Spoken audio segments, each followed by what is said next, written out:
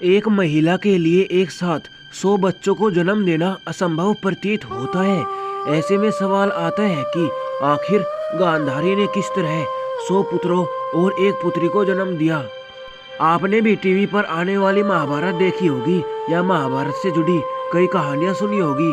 कहा जाता है कि पांडव 5 थे जो कुंती के पुत्र थे। वहीं कहा जाता है कि कौरव 100 भाई थे जो गांधारी और धृतराष्ट्र के पुत्र थे। यह सब जानते हैं। पांडव और कौरवों के बीच जो लड़ाई हुई थी उसे ही महाभारत का नाम दिया गया था। महाभारत से जुड़ी कई ऐसी कहानियां हैं जो वाकई हैरान कर देने वाली है।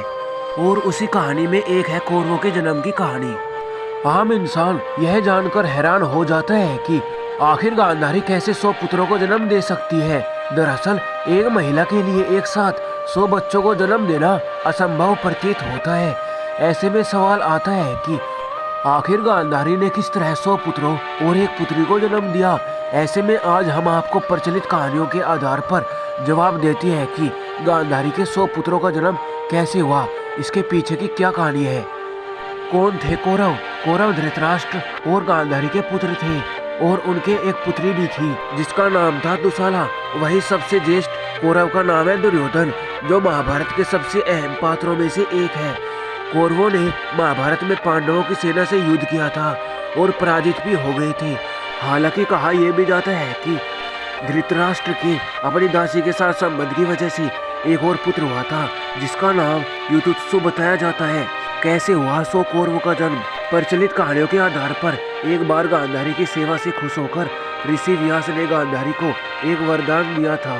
ऋषि व्यास ने ही गांधारी को 100 पुत्रों की मां होने का आशीर्वाद दिया था। इसके बाद गांधारी गर्भवती हुई, लेकिन कहा जाता है कि गांधारी 9 महीने के बजाय 2 साल तक गर्भवती रही। इसके बाद उन्होंने एक मांस के टुकड़े को जन्म दिया, यानी गांधारी को एक भी संतान नहीं हुई। इसके बाद खुद ऋषि व्यास ने इस मांस के टुकड़े को 101 हिस्सों में विभाजित किया और अलग अलग घड़ों में रखवा दिया।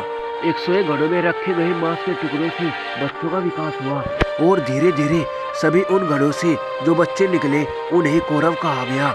101 घड़ों में से 100 तो कौरव भाई निकले, जबकि एक घड़े से दुशाला ने जन्म लिया जो 100 कौरवों की अकेली बहन थी। इस प्रकार 100 कौरवों का जन्म हुआ। बता दें कि कौरवों के जन्म की ये कहानी सबसे ज़्यादा प्रचलित है और बताया जाता है कि इस तरीके से कौरवों का जन्म हुआ। क्यों हुई 100 पुत्रों की मौत? कौरवों की मौत के बीच गांधारी द्वारा किया गया एक कार्य बताया जाता है। पौराणिक कथाकार देवदत्त पटनायक की एक किताब मिथक में भी इस बात का जिक्र है। उन्होंने बताया कि गांधारी ने पहले 100 कछुओं को मार दिया था, जिसके बाद अगले जन्म में उनके 100 पुत्रों की मौत हो गई, जिसे एक श्राप के समान माना जाता है।